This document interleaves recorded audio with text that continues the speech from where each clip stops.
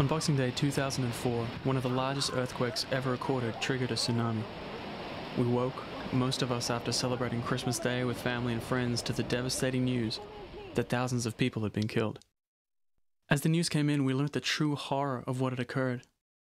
10,000 dead, then 50,000 dead, then 100,000, and then finally 225,000 dead.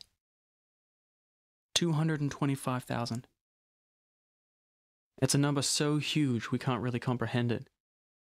But that's nothing on the global food crisis, which is happening right now. In fact, the head of the United Nations World Food Programme has described the global food crisis as a silent tsunami that respects no borders. She also said most people don't know what hit them.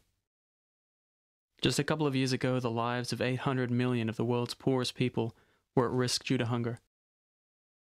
And in the last year, an extra 100 million people now go hungry every day. That means that right now, over 900 million people around the world cannot get enough food. Hundreds of millions of these are children. According to the United Nations, children have the right to education, to play, to love, to food. So what does the global food crisis look like? Here's what it looks like in Australia. Here's what it looks like in Kenya, in Uganda, in Haiti. In Haiti, 4 people died in riots which followed a sharp rise in the price of food. In Egypt. In Egypt, amid angry queues for bread, demonstrators looted shops and threw bricks at police. And here's what the global food crisis looks like in Australia again. The global food crisis is unprecedented, and it's at its worst in 33 countries throughout the world. The global food crisis is happening because of several factors, which are simultaneously converging and combining, and there's debate about which factor is having the most impact. This is what makes the global food crisis such a challenge. This is what makes the global food crisis so catastrophic. Some of the factors that have created the global food crisis are complex and hotly debated. So let's start with a really simple one that most people agree on. Climate change. Dramatic changes in the Earth's climate have caused disruptions in global crop production, which has decreased the amount of food being grown. And when supply goes down, prices go up. We don't have to look far to see this happening. Until recently, millions more people around the world ate Australian-grown grain. But what is happening to the Murray-Darling River system, where a lot of this comes from? Drought is killing it. We're usually the world's second largest exporter of wheat. Due to drought, however, some of our recent harvests have been half of what they usually are.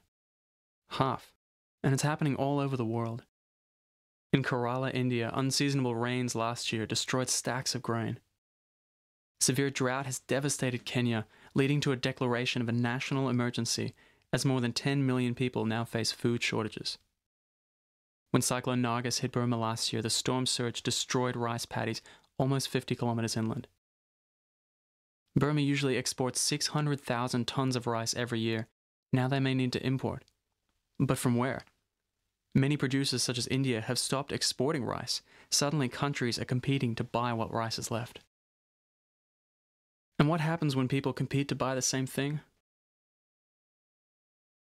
Well, it's not all bad news. Due to melting ice, cabbage production in Alaska is up. Scientists agree that extreme weather such as droughts and cyclones are set to become normal, unless we can undo the effects of climate change. One possible way to do this is by switching to biofuels. That's fuel made from living things like corn or soybeans. Biofuels create less greenhouse gases than fossil fuels, and are renewable. Unfortunately, it's not that simple. Every year, an estimated 100 million tons of grain are now being sold to make fuel instead of food. Last year, 30% of the US corn crops were used to make biofuel. As farmers sell large parts of their crops to fuel producers, less land is available for food. A controversial World Bank policy research working paper released last year concluded that large increases in biofuels production in the United States and Europe are the main reason behind the steep rise in global food prices. It takes 232 kilograms of corn to produce 1 full tank of biofuel. That's as much corn as one African person consumes in an entire year. The world's richest people are using the food supplies of the world's poorest to feed their cars. The world's richest people? That's us. Biofuels are a heated issue that people will debate. Down the track, there may be technology to create biofuels that do not reduce food supplies, but corn and soybean biodiesel is not the way to go. So while cars are eating our food and climate change-driven weather is destroying our food, there are more people to feed than ever before. World population has grown from 1.6 billion in 1900 to an estimated 6.6 billion today. On its current growth trajectory, the world population is expected to reach almost 9 billion by the end of the year 2042. The annual growth rate globally, that is births minus deaths, is around 75 million. That's way more than 1 million extra people every week.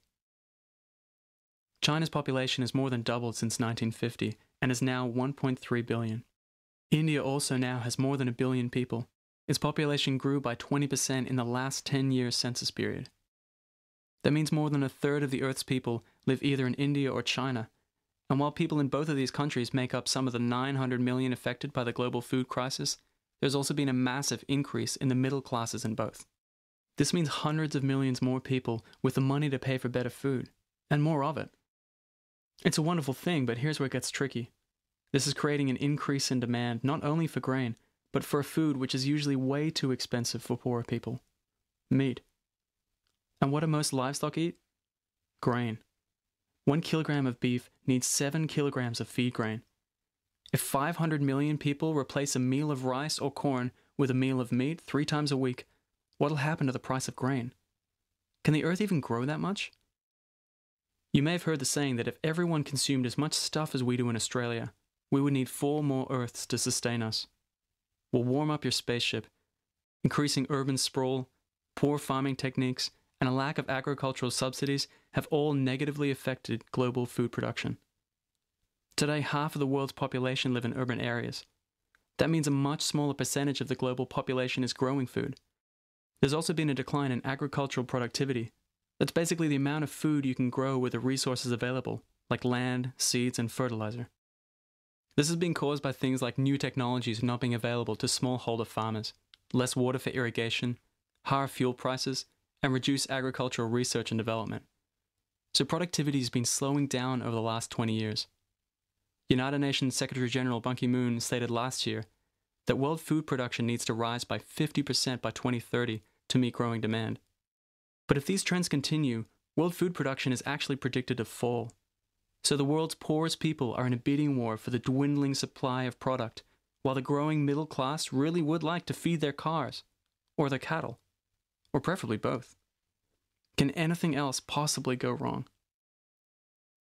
Well, the people who brought you the global financial crisis by creating a housing bubble, a resource bubble, and then a finance bubble, they also dabble in food.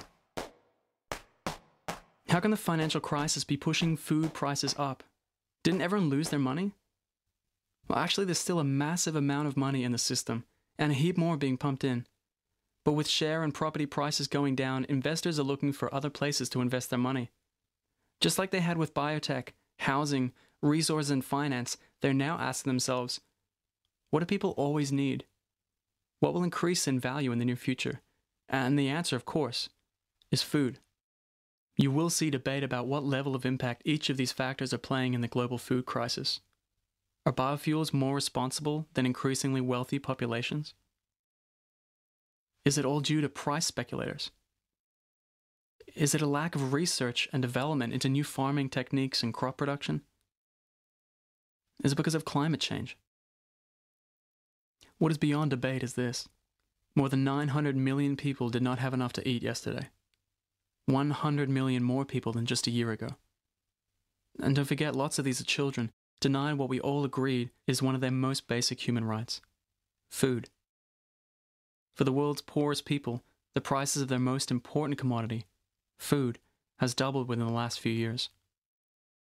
So what would it feel like if your most important commodity doubled in price? What would that feel like to you? The reality of the global food crisis for most of us in Australia is that we find it annoying.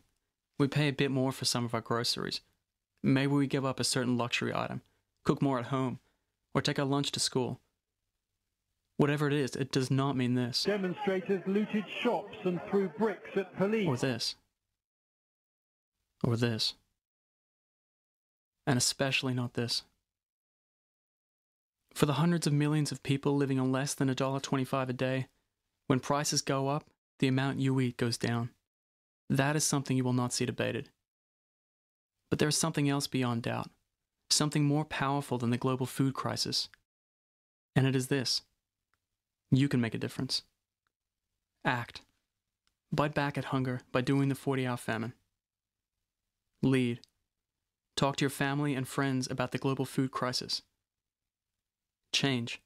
Make a difference with your lifestyle.